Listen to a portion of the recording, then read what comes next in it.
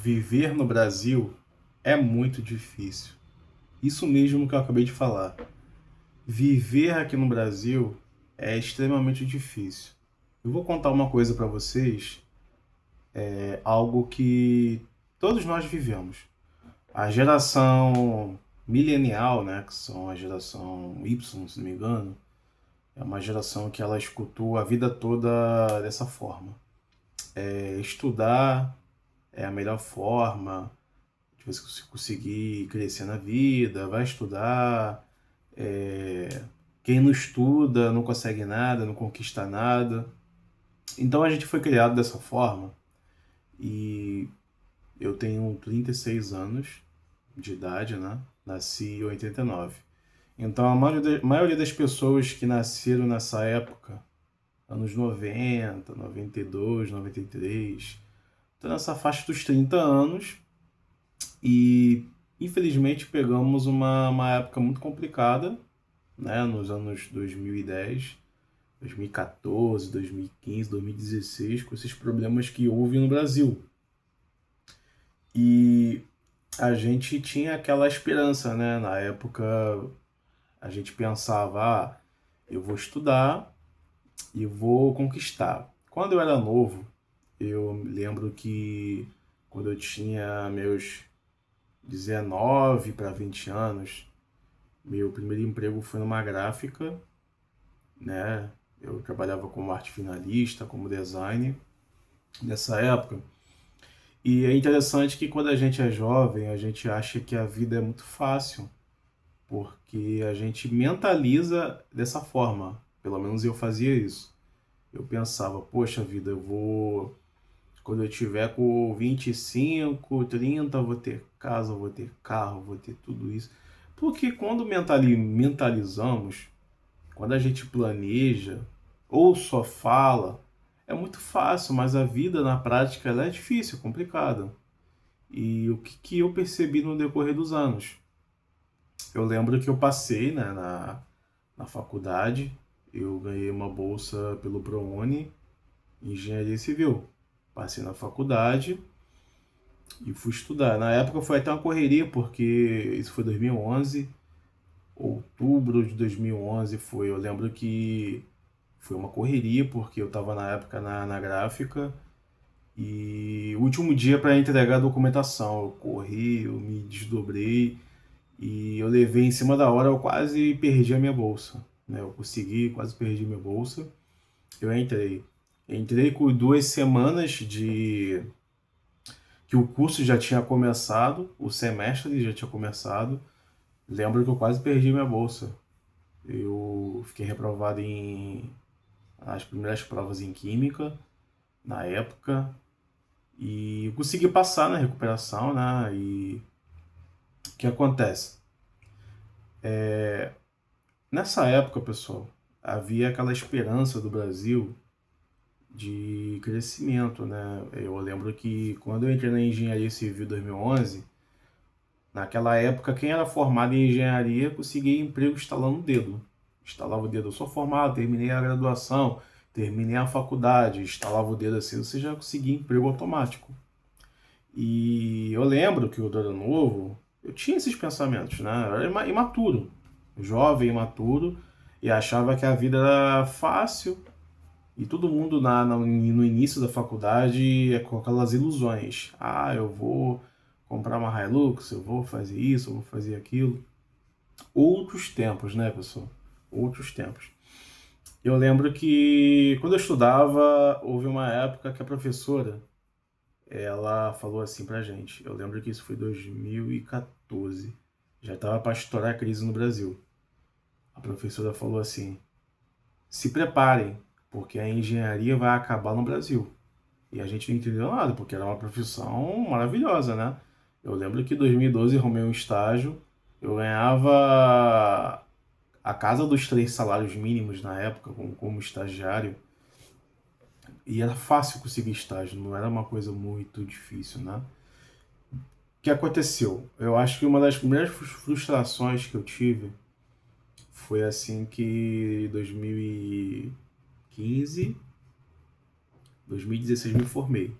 Eu estava no estágio, eu já sentia dificuldade de arrumar emprego, estágio naquela época. E assim que eu me formei, eu estava numa obra lá em Piedade, e eu falei assim para o engenheiro, olha, eu defendi meu TCC, praticamente já estou formado, só vou colar grau. Passou que, eu não lembro se foi no outro dia, na outra semana, não me recordo. Fui dispensado, perdi meu emprego. Aí eu me formei em 2016, virei engenheiro, já fui na empolgação querer pegar meu CREA. Eu tinha 26 anos na época, né? E aí eu peguei meu CREA, aí eu olhei o meu documento, aí eu falei assim, tá, tenho o meu CREA, isso aqui é um cartãozinho meu. Tenho o meu CREA, e agora, o que eu vou fazer? Você não tem maturidade, não tem experiência, né? Aí às vezes eu paro para refletir aqui, 10 anos atrás, né, que eu dei recado no meu CREA, quando eu tinha 26 anos. E na época, peguei o CREA e o desemprego. Não conseguia nada, não conseguia nem emprego como auxiliar. Auxiliar, era uma época terrível. A frustração, a família debochava, zoava. O pessoal falava, pô, estudou tanto, não consegue nada. Aí começa o choque de realidade dos boomers não, perdão, dos mileniais na época, que foi todo mundo, a gente na faixa dos 30 e pouco, na verdade estava na faixa dos 20, quase chegando nos 30 já, né? Então nessa época todo mundo se frustrou, que tem esse patamar de idade que eu tenho hoje, e o pessoal falou assim, ué, e agora? Todos nós nos formamos e a gente não consegue emprego mais? Muitos até hoje não conseguiram nada. Estão até hoje ferrados, né? Eu consegui depois. Nunca consegui emprego como carteira assinada, né? Fichado, como engenheiro civil de fato. Nunca consegui. Eu tive que me virar, eu tive que pegar serviço por fora. Eu consegui depois emprego como auxiliar. Aí eu saí, depois eu fui fazer outras coisas. Depois de um tempo, eu consegui emprego de professor. Trabalho hoje no Senai, né? Como professor de tecnologia. E o que acontece? E tem pessoas que desistiram totalmente da profissão. Outro dia eu estava conversando com uma colega que se formou comigo e abandonou de vez. E eu cheguei a desanimar, cheguei a abandonar uma época, porque desanima, pessoal, desanima. E eu fui para TI, né? Eu fiz uma migração de carreira. Isso foi em 2021, final de 2021. Fui trabalhar com tecnologia, como desenvolvedor. Fiquei quase 4 anos nessa área, trabalhando como programador. E isso levantou a minha vida. Não vou mentir, levantou.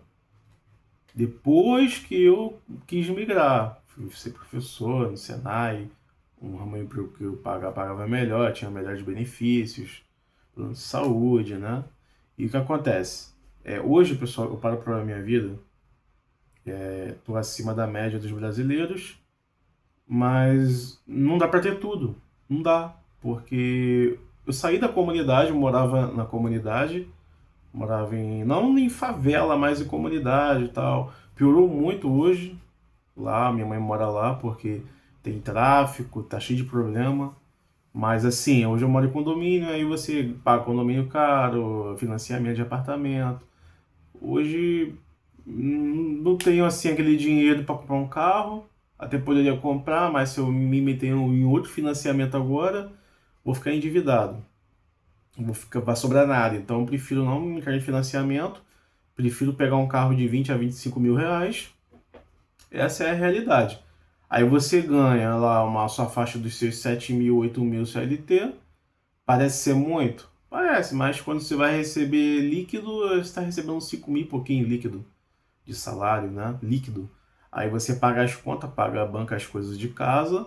Aí quando você vai ver, sobra pouco. Às vezes o pouco que sobra, você tem que guardar um dinheiro. Vai guardar 300, 400, 500 reais por mês. Você precisa fazer amortizações.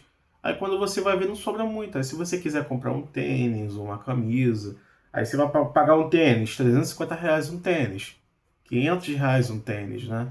Você vai comprar uma camisa por 100 reais, uma calça por 100 reais, é o mínimo. Calça é 100, R$ 150, uma calça. Você vai comprar uma camisazinha boa, de qualidadezinha, não, aquela vagabunda, você vai pagar R$ 100 numa camisa polo legal, uma camisa de malha boa, R$ 100.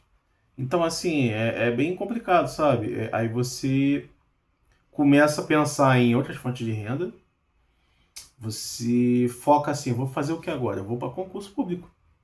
Aí você estuda para concurso público, vê que a concorrência está um nível surreal, as pessoas gabaritam na prova, se você errar uma questão você já está fora.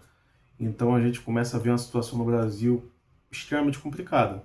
Pessoas competentes, pessoas com nível de estudo, até ganha relativamente bem, mas para você manter o padrão de vida no Brasil é muito difícil.